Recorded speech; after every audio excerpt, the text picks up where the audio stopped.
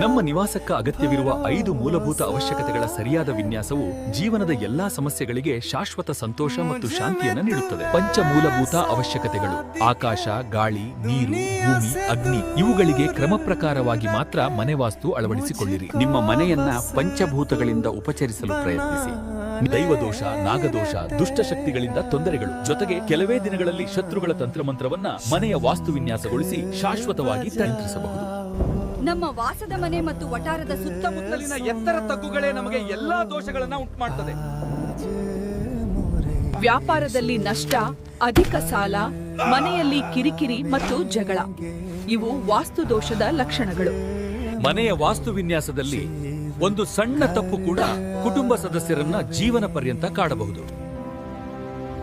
ವಾಸ್ತು ವಿನ್ಯಾಸದಲ್ಲಿ ನಿಮ್ಮ ನೆರೆಯವರ ಮನೆಯನ್ನ ಅನುಸರಿಸಿದ್ರೆ ನಿಮ್ಮ ಜೀವನವು ಪಕ್ಕಕ್ಕೆ ಸರಿಯಬಹುದು. ಜಾಗರೂಕ.